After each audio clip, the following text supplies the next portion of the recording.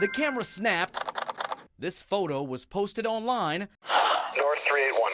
And not long after, police focused in on their supposed suspect. Am I a bad guy or am I a good citizen? I don't know. This man's not showing his face because he feels uneasy with Baton Rouge police after he saw a picture he didn't like on Facebook and tried to report it. It all stems when one of the cops in this photo posted the picture on social media. The man at the center of our story, a Baton Rouge citizen, saw it and was frustrated to see a cop apparently sleeping on the job. So he took matters into his own hands. I emailed it to Mayor Kip Holden's office. And I emailed the photo there thinking that I kind of believed the police would have just deleted the photo and nothing would have happened. So I went over their heads.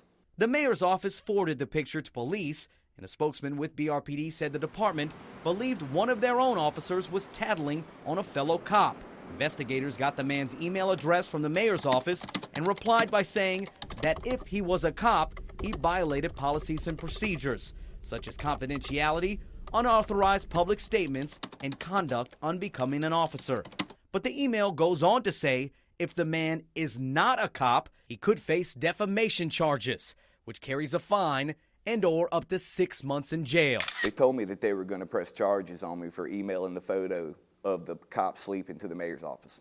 This email also states with a search warrant, police obtained the man's IP address, phone information, name, and address. The investigative unit obtained a copy of that search warrant that fails to report what crime, if any, was committed. Federal law states a valid warrant needs to specify what crime has been committed to seize someone's cell phone records. At stake are two possible civil rights violations: freedom of speech and illegal search and seizure.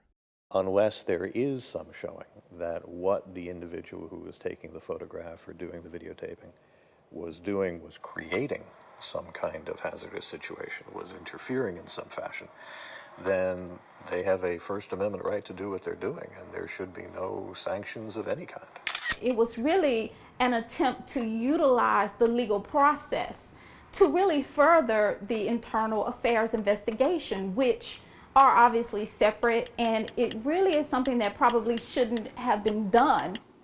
Was the chief aware that this search warrant was being filed? The chief was aware of everything that was going because we wanted to make sure we were thorough in our investigation. Corporal L.G. McNeely spoke with us after Chief Carl Dabadie declined several requests for interviews. The department stands by its decision to seize the citizen's cell phone records because it says BRPD already has a problem with photos of cops with their eyes closed circulating throughout the department. We would seize whatever we have to do to find out exactly what we need to know, and as if this accusation that you're making is actually true. The police department says the picture was a joke and the officer was never asleep. But when that joke got sent to the mayor's office, detectives treated it like no laughing matter, doing everything in their power to find out who sent it. Are there other ways to do this without seizing his cell phone I can't say that there is or isn't. How come? We had to make contact with him. I felt like I was talking to my high school bully. The picture wasn't lewd at all. It was a cop sleeping.